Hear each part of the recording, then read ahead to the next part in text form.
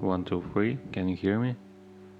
So, I might just realized why I hate editing so much. Not because just that I don't like to create stuff, that I don't like to create music, create cool edits. I love music, I love finding great tracks and get inspired to create. But I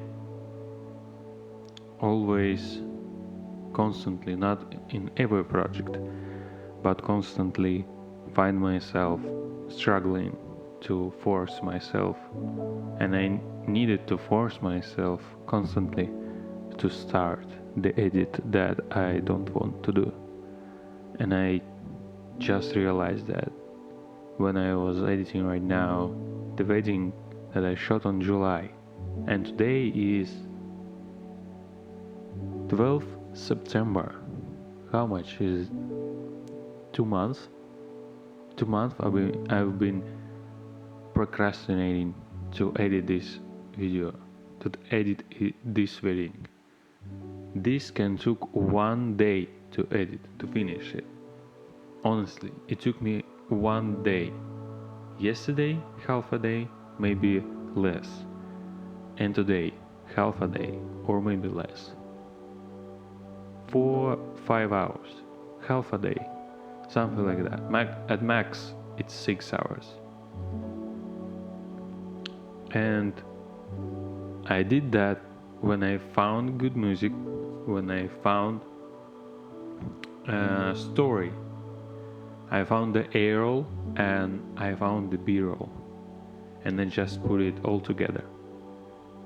Everything comes up very easily when you have good understanding what you need to do, what you need to edit, what you need to create from what you have. And just testing my new mic here that I got here in the studio.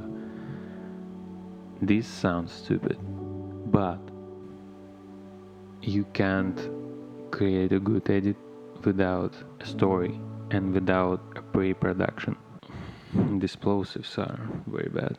Let me just take a pop filter. So what I was saying is that you can't edit anything without pre-production. And the pre-production can happen in your head while you sit to edit the video, when you see the whole story in your head, imagined.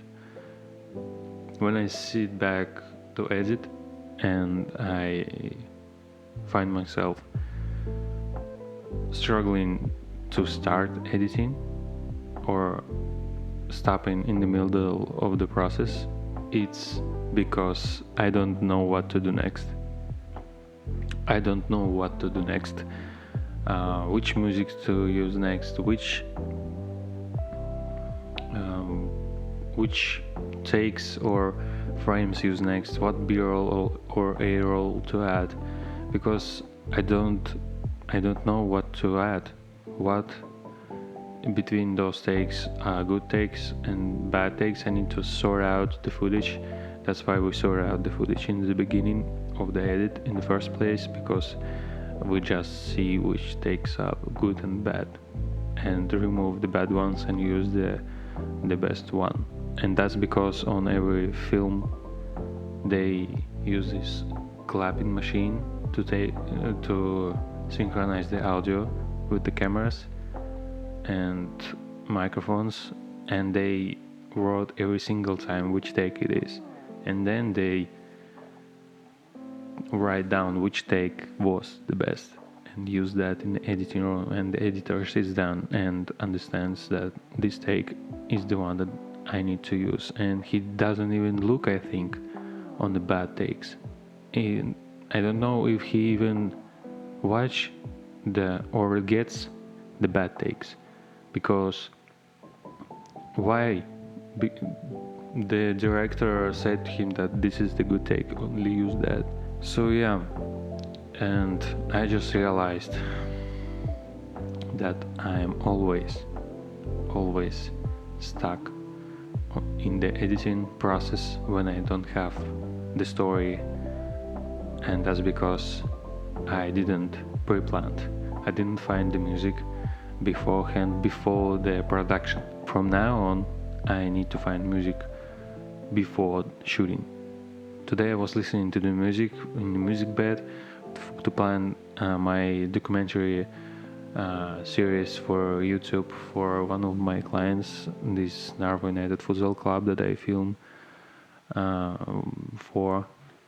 And I just was listening to the music that I think will be suitable for the production, for their documentaries, that will sound good, that will hype the viewers, that will suit sports drive. Yeah, I was choosing and saving the tracks that pumped me up, that motivated me. These tracks motivated me to start creating, to start filming. To when I listen to the music, I can brainstorm ideas, brainstorm frames, scenes that I want to shoot. I just imagine some game, some sports game happening in my head, and that's very inspiring that music can do for us as filmmakers. And that's because of that, you need always to choose music before you start filming in the pre-production phase. And from now on, I think that I, with my production company, with everything I film for YouTube, for myself, for all of my clients, I always need to do pre-production. We as filmmakers, first we learn how to film. We use the cameras, we learn them. We are very hyped about this gear acquisition, and we very love gear because it's easy. It's easier than editing, and it's even easier than pre-production. We don't learn a lot about pre-production because pre-production is the hardest thing to learn, I think, at least for me, and I think for a lot of people. So from now on, I will learn a lot of pre-production. My studio has grown here, not grown, but I here, and it's a lot nicer studio. I don't need to think about how my image looks, and I want more to focus on just creating content for this YouTube channel. Try to document my journey of how I grow my video production company, how I learn documentary style filmmaking. I want to go in that route, and I want to create branded documentaries and create films for brands. And I realized that these kind of films can't be filmed without a lot of pre-production, without shot planning, without brainstorming, without mood boards, without interview questions. That's impossible. And when I plan to film for my client Narva United,